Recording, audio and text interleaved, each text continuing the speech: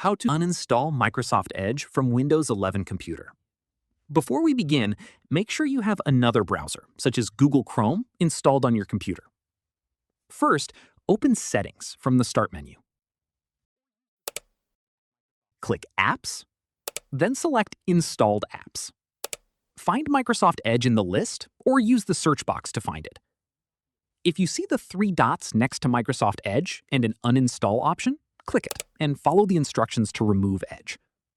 However, on many Windows 11 computers, Microsoft Edge is a system component, and the normal uninstall option may not be available.